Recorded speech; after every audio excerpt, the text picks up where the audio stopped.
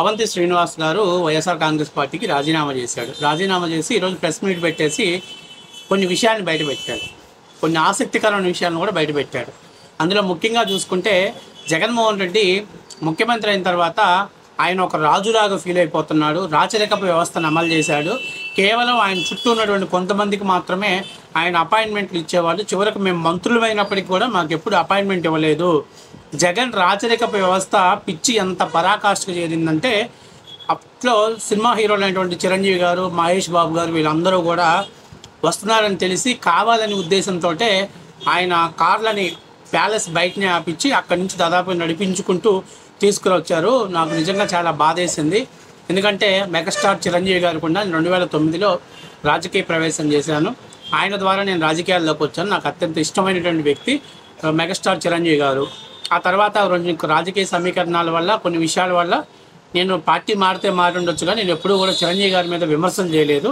ఒక legendary cinema actor అయినటువంటి చిరంజీవి గారినే జగన్మోహన్ రెడ్డి కావాలనే సినిమా యాక్టర్స్ని కావాలనే ఉద్దేశపూర్వకంగానే జగన్మోహన్ రెడ్డి గారు వాళ్ళని అక్కడి నుంచి అక్కడి దాకా నడిపించేసి ఆ వీడియోని సోషల్ మీడియాలో మా టీమ్స్ ద్వారా పబ్లిసిటీ చేయడం ద్వారా జగన్మోహన్ రెడ్డి ఏదో ఒక ఆనందాన్ని పొందాడు, కానీ తద్వారా మేము చాలా పొలిటికల్ డ్యామేజ్ అయ్యాము అని చెప్పేసి ఆయన అప్పుడు జరిగినటువంటి విషయాన్ని కూడా ప్రజల ముందు పెట్టడం జరిగింది.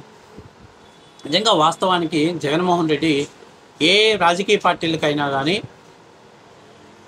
ఆలోచించుకోవాల్సింది ఏంటంటే సినిమా హీరోలు అనేవాళ్ళు ఒక పొలిటికల్ గ్లామర్తో ఉన్నటువంటి వాళ్ళు రాజకీయాలలో ప్రభావితం చేయగలుగుతారు. కానీ ఎలా ప్రభావితం చేస్తారంటే బాధ కలిగి వాళ్ళు కానీ బయటకు వస్తే దాని ప్రభావం చాలా ఎక్కువగా ఉంటుంది. నార్మల్గా పోటీ చేస్తే అది వేరే ఉంటుంది, గెలవచ్చు గెలవపోవచ్చు, కానీ వాళ్ళ యుగో హట్ అయితే మాత్రం వాళ్ళ ఫ్యాన్స్ కూడా దాన్ని రివెంజ్ తెచ్చుకోవడానికి సిద్ధంగా ఉంటారు. అది ప్రధానమైనటువంటి ఉదాహరణ 2000 మొన్న జరిగినటువంటి ఎలక్షన్స్లో సినిమా ఫీల్డ్లో ఉన్నటువంటి హీరోల ఫ్యాన్స్ అంతా కూడా జగన్మోహన్ రెడ్డికి ఓటు ద్వారా సమాధానం చెప్పారు. ఇది వాస్తవ విషయం. ఇది ఒప్పుకున్నా ఒప్పుకోకపోయినా వాస్తవ విషయం ఇది. ఎందుకంటే అదే సినిమా టికెట్ల రేట్ల కోసం జగన్మోహన్ రెడ్డి వాళ్ళని సరే వాళ్ళతో మాట్లాడాలనుకున్నాడు. కూర్చొని మాట్లాడాలనుకున్నప్పుడు ఆయన తాడేపల్లి ప్యాలెస్లోకి అదేమన్నా పెద్ద రాజభవంతినా, అందులోకి ఏ హీరో కారు వెళ్ళకూడదా? కార్లన్నీ కూడా ఆపేపించి అక్కడి నుంచి నడిపించుకుంటూ తీసుకెళ్ళాడు. వాళ్ళకి ఆత్మాభిమానం లేదా? వాళ్ళ ఫ్యాన్స్ అవన్నీ చూడరా? ఖచ్చితంగా చూశారు కాబట్టి దాన్ని రివెంజ్ ఓట్ అనే దాన్ని పవర్ఫుల్గా వాడారు అనేది వాస్తవ విషయం అని చెప్పేసి అవంతి శ్రీనివాస్ గారు మాట్లాడారు. సరే, ఈ అవంతి శ్రీనివాస్ ఏం తక్కువ కాదా, పూటకు ఒక పార్టీకి వెళ్తుంటాడు.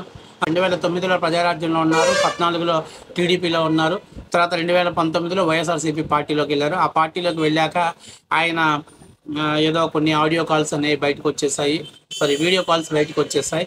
గంట అరగంట అని చెప్పేసి బయటకు వచ్చాయి.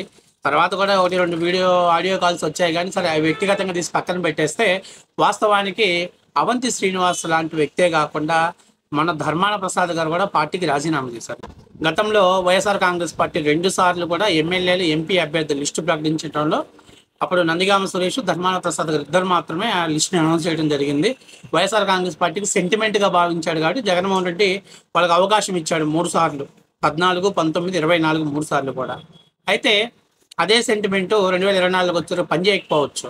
కానీ ధర్మాన కూడా పార్టీ మారటానికి ప్రధానమైన కారణం వాస్తవానికి జగన్మోహన్ రెడ్డి ఒక కోర్టులో ఏర్పాటు చేసుకొని కేవలం వాళ్ళతో మాత్రమే నిర్ణయాలు మాట్లాడేది, వాళ్ళతో పాటు నిర్ణయాలు తీసుకోవటం.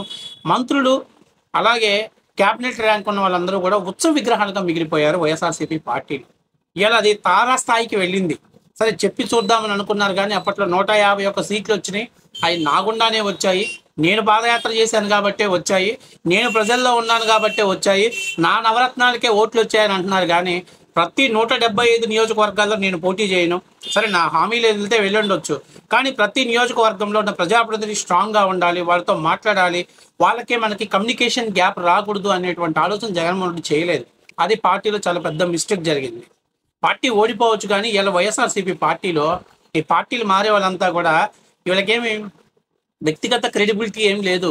అవంతి శ్రీనివాస్ గారు కావచ్చు, లేకపోతే మొన్న పార్టీ మారినటువంటి చాలామంది కూడా వాళ్ళకి వ్యక్తిగతంగా వాళ్ళ ఇమేజ్ ఏం లేదు.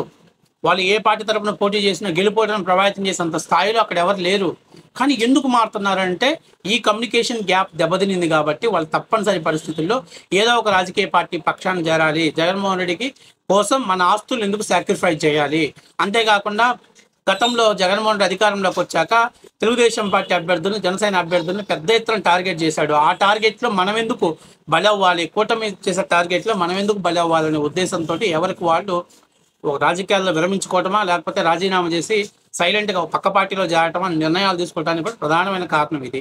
జగన్మోహన్ రెడ్డి చేసిన కోట్రి విధానం కేవలం సజ్జల భార్గవరెడ్డికి, లేకపోతే విజయసాయి రెడ్డికి, లేకపోతే పెద్దిరెడ్డి రామచంద్రారెడ్డికి వీళ్ళకి మాత్రమే అపాయింట్మెంట్లు ఇచ్చి వాళ్ళతోటి మాత్రమే మాట్లాడే స్థాయిలో జగన్మోహన్ రెడ్డి నిర్ణయాలు అనేవి చాలా వరకు ప్రభావితం చేశాయి. వాస్తవానికి బాలినేని శ్రీనివాసరెడ్డి పార్టీ మారాల్సిన అవసరం లేదండి. ప్రకాశం జిల్లాలో 2014, 19 ఆయన చెప్పిన వాళ్ళకి టికెట్లు ఇచ్చారు. కానీ ఎప్పుడైతే సీఎంగా జగన్మోహన్ రెడ్డి గెలిచాడో జగన్మోహన్ రెడ్డిలో మార్పు మొదలైంది. బాలినేని పార్టీకి దూరంగా పెట్టడం జరిగింది. పార్టీ కార్యకలాపాలకు దూరంగా చేశారు. ఆయనకు మంత్రి పదవి సరే ఆయనతో తొలగించినప్పుడు ఆదిమూలపు సురేష్కి కూడా తొలగించి కొత్త వాళ్ళకి ఇచ్చినట్టయితే వేరేగా ఉండేది. కానీ ఆదిమూలపు సురేష్ని మళ్ళీ కంటిన్యూ చేస్తూ బాలినేని అవమానం చేయటం, ఇలాంటివన్నీ కారణాల వల్ల తెలుగుదేశం పార్టీ బలపడటానికి, జగన్మోహన్ రెడ్డి బలహీన పట్టడానికి కూడా ఇది ప్రధానమైన కారణమైంది. సంక్షేమాలు, వెల్ఫేర్స్ ఇవన్నీ కూడా ప్రజల్లో ఒక లెక్క అయితే, వాస్తవానికి పార్టీల అంతర్గత విభేదాలు, పార్టీలో కొంతమంది వ్యక్తులు గతంలో పార్టీ జెండా పట్టుకుని కొట్లాడిన వాళ్ళకి రాజకీయ ప్రాధాన్యత ఇవ్వకపోవటం కూడా జగన్మోహన్ రెడ్డి చేసినటువంటి అతిపెద్ద తప్పు. ఆ తప్పు వల్లనే ఆ పార్టీ ఉనికి అనేది ప్రస్తుతం ప్రశ్నార్థకంగా మారింది. పార్టీ మారే వాళ్ళు ఎవరు కూడా వాళ్ళకేమంత సెల్ఫ్ ఇమేజ్ ఉన్నటువంటి నాయకులు ఎవరు కాదు.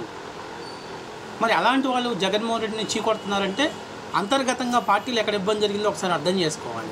అవంతి శ్రీనివాస్ లాంటి వాళ్ళు కూడా రాజీనామా చేసి జగన్మోహన్ రెడ్డి నువ్వు ఇలా చేసావు, నీ గుండానే పార్టీ సంకనాగిపోయిందని చెప్పేసి మాట్లాడుతున్నాడంటే అసలు పార్టీలో ఎక్కడ ఇబ్బంది జరిగిందనేది ఒకసారి పోస్ట్ మార్టం చేసుకోవాలి. అంతేగాని ఈవీఎంల మీదనో లేకపోతే వెల్ఫేర్ స్కీమ్స్ వల్ల కూటమి ప్రభుత్వం గెలిచిందని చెప్పుకుంటే మాత్రం జగన్మోహన్ రెడ్డి లైఫ్ అనేది క్లోజ్ అయ్యేటువంటి పరిస్థితి ఏర్పడుతుంది. ఇది వాస్తవ విషయం.